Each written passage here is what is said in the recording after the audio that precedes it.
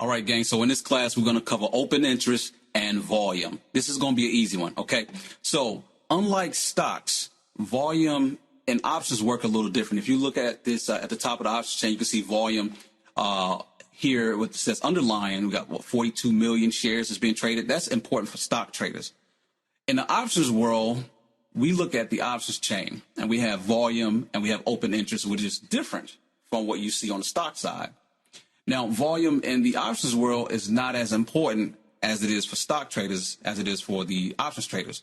What our priority is the open interest. That is what our liquidity is. And so just understand that volume and open interest, this actually gives us the idea of liquidity. So liquidity is just basically your ability to be able to get in and out of a trade at a good price. Okay.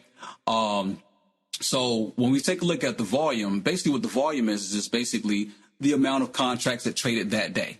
Okay. That's traded throughout the day. The open interest is the amount of contracts that are open and that are available for you to actually get in on. These contracts have not been exercised. And so the higher the open interest and the volume, the better it is for your position. This is basically letting you know that you're going to be able to get in and out of your trade. So yes, you can get stuck in a trade.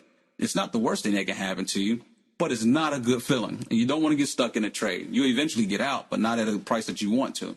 And so that's why we stay away from illiquid stocks so that it doesn't happen. So again, if without the course, you probably wouldn't understand that. A lot of people go through a lot of pain trying to read books and trying to figure this stuff out. So I'm just telling you now is that what we actually have is a golden rule that the stock, the options that we're trading, the strike price that we are actually trading has to have at least 100 open interests, at least 100.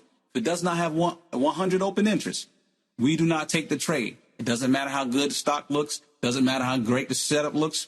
If we can't get in and out of that trade, then we don't want to deal with that kind of pain. So that's why we stay away from illiquid stocks. We want to stay with stocks that has a lot of activity. If you look at this option chain here, the 265 strike, we got 4,300 contracts is available. All right. So we know that that is good. That's far beyond the 100 that we want.